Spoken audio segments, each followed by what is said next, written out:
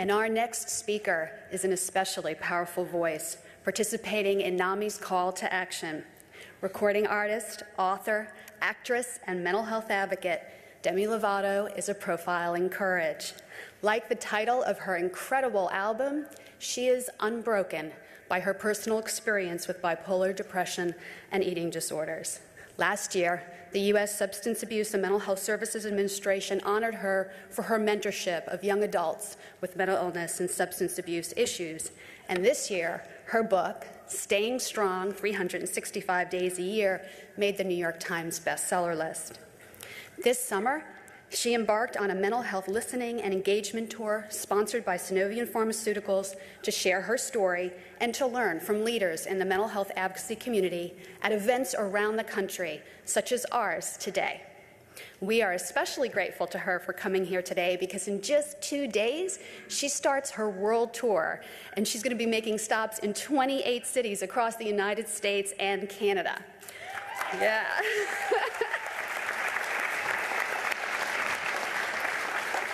Her fan base includes over 24 million diehard Twitter followers and 36 million Facebook fans, many of whom we hope will join us today in our day of action. And 2 of those millions of fans live in my home in Arlington, Virginia, at our ages 12 and 15. And I am very grateful to Demi as a mental health advocate, but I'm especially grateful to her as a mom.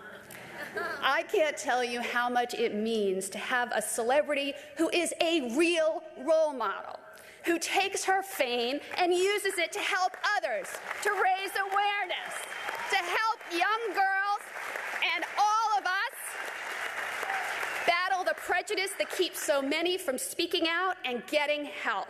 Demi is one of us at NAMI. She brings help, she brings hope to all those affected by mental illness, and we're thrilled to have her here today.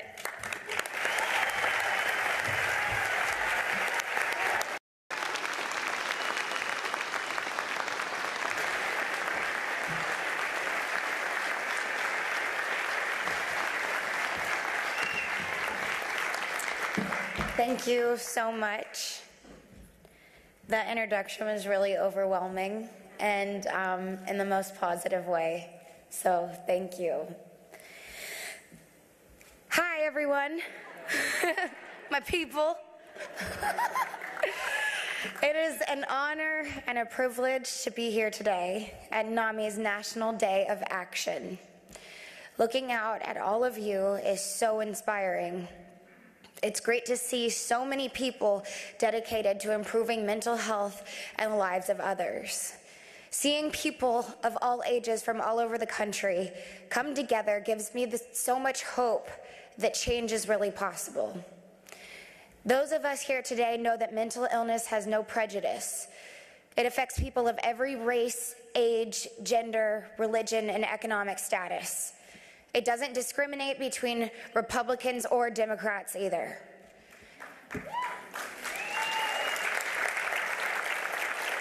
That's why we are here today. We need to send a simple message to our nation's leaders. Mental health matters and needs and must be taken seriously.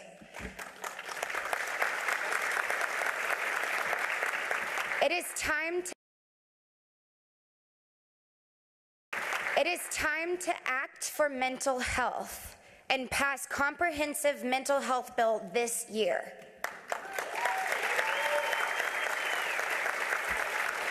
We're here because groups like NAMI have helped us understand that our voices really do matter. Our stories really do matter.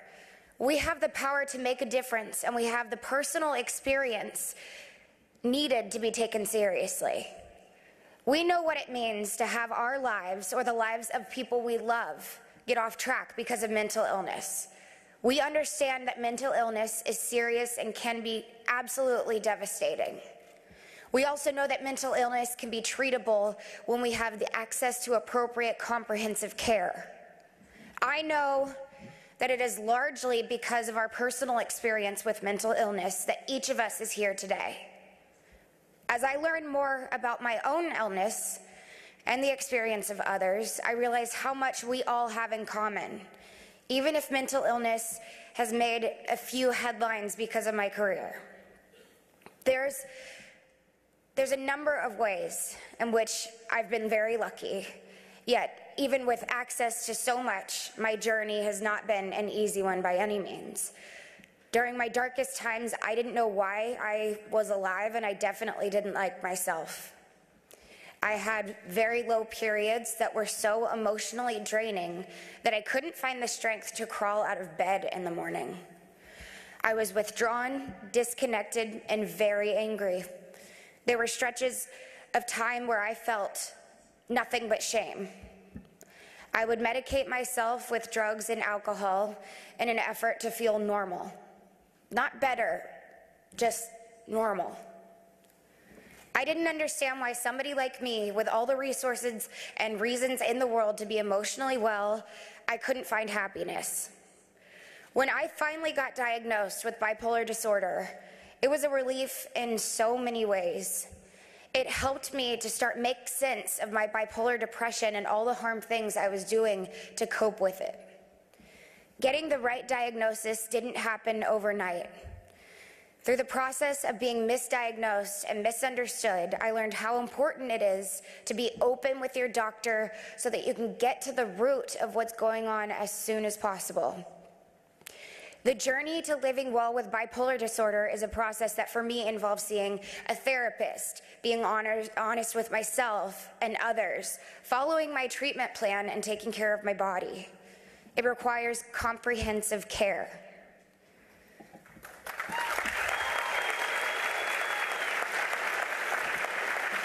Living well with bipolar disorder takes work, and it doesn't all happen at once. There wasn't one day when the light simply came on and I said, I'm cured, I'm better. Sometimes the first, second, or even third medication we try isn't one that works the best, but we owe it to ourselves to keep trying. The reality is that you're not a car who goes into the shop and gets fixed immediately. You need ongoing maintenance. There will always be work left to do. I can only do the work now because I truly believe that I'm worth it. And today, I'm so grateful for my life, and I want to preserve and protect it.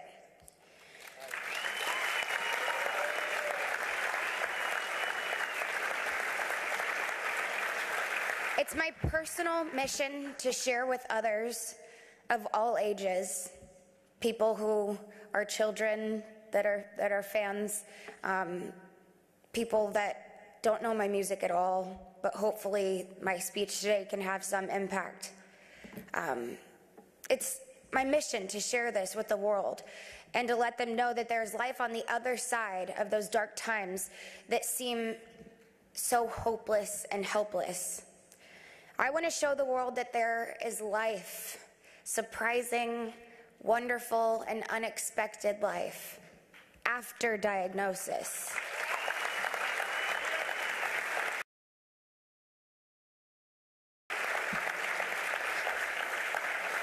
I'm proud to say that I'm living proof that someone can live, love, and thrive with bipolar disorder if they get connected with professional resources and accept support as soon as possible.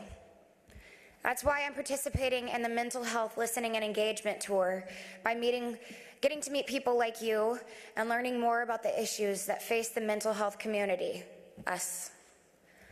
I hope to do my part to make things a little easier for others and to reduce the shame associated with mental illness.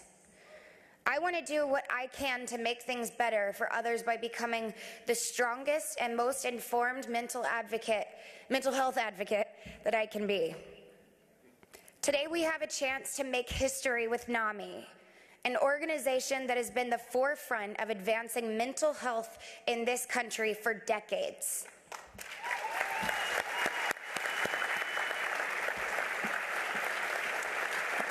We've seen increased attention to our country's broken mental health system over the past few years, but we've seen very little action. Today, our message is very clear.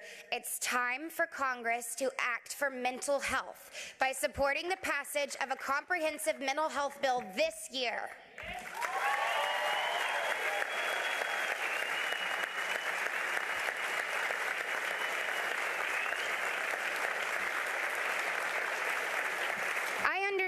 understand that the details around comprehensive mental health care are complex. I am not a policy expert in any way, shape, or form, but I do know that the basics of comprehensive care make good sense, common sense. Comprehensive care means that as a nation, we step up our efforts to prevent suicide, which is currently the second leading cause of death for young adults in the United States. Comprehensive care means that if a man with mental illness gets diabetes or cancer, his doctors work together to determine what's the best approach for his mind and body. Comprehensive care also means that when a woman leaves a psychiatric hospital, there's a process in place to make sure she gets the care that she needs so she doesn't end up back in jail, hospitals, or on the streets, or worst of all, even dead.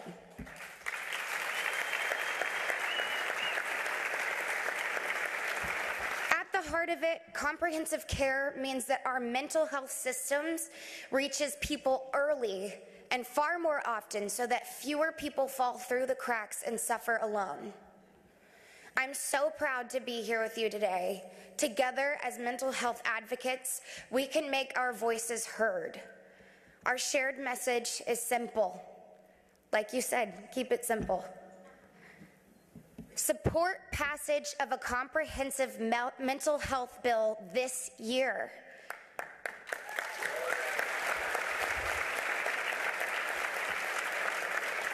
So go out there and make today count. Together we will make a difference as we act for mental health. Don't forget to tweet and post throughout the day, because we all know that gets the word going. I'm about to right now once I'm, not sitting on an important panel.